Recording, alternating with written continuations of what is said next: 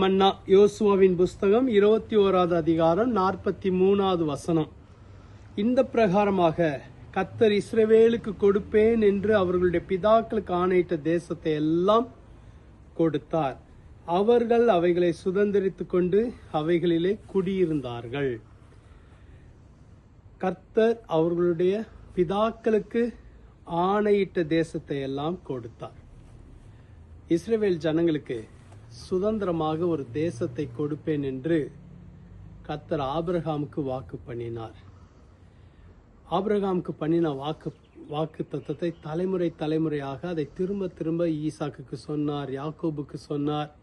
பல தலைமுறைகளுக்கு அப்புறமாக யோசுவாவின் கொண்டு கர்த்தர் அதை அவங்களுக்கு சுதந்திரிக்கும்படி செய்தார்.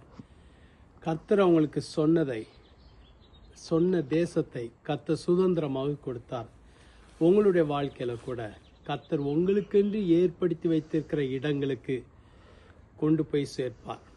உங்களுக்கு தருவேன் என்று சொன்ன இடங்களை கர்த்தர் உங்களுக்கு என்று கொடுப்பார். பல தலைமுறைகள் கடந்த போதிலும் கர்த்தருடைய வாக்குத்தத்தம் மாறாததாக இருந்தது.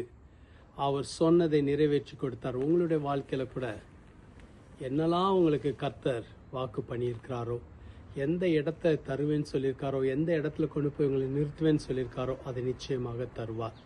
பாலும் தேனும் தேசத்துல ஓடுகிற தேசத்துல கொண்டு போய் சேர்ப்பதற்கு இறங்கி வந்தேன், உன்னை அனுப்புவேன் வா என்று மோசே இடத்துல சொன்னார். சொன்னபடியே கர்த்தர் அதை நிறைவேற்றி கொடுத்தார். உங்களுடைய வாழ்க்கையில் நீங்க சுதந்திரிக்க வேண்டிய பகுதிகள் இருக்கிறது. அதை சுதந்திரிக்கிறதுக்கு கர்த்தர் உங்களுக்கு உதவி செய்வார். நீங்க சுதந்திரிப்பீர்கள். ஜெபிக்கலாமா? எங்களை அதிகமாக நேசிக்கிற நல்ல ஆண்டவரே, அப்பா, சொன்னதை செய்கிற தேவன், அவங்களுக்கு சுதந்திரிக்கிறதுக்கு கர்த்தர் ஏற்படுத்தி வைத்திருக்கிற இடங்களை சுதந்திரிக்க கிருபை தாரும், பலன் தாரும். கர்த்தருடைய கரம் அவர்கள் மீது இறங்கி வரட்டும். கர்த்தருடைய நன்மைகள் இறங்கி வரட்டும்.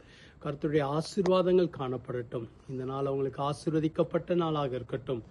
அவங்களுக்கு எதெல்லாம் நீங்க கொடுப்பேன்னு சொன்னீங்களோ அதை கொடுப்பீராக. அன்றே அவங்களுக்குரிய இடங்களிலே கொண்டு போய் நிறுத்துவீராக. கர்த்தர் செய்ய போறக்கா நன்றி. ஆசீர்வதிங்க, வழிநடத்துங்க. இயேசுவின் மூலம் ஜெபிக்கிறோம் பிதாவே, ஆமென். கர்த்தர் உங்களை ஆசீர்வதிப்பாராக. ஆமென்.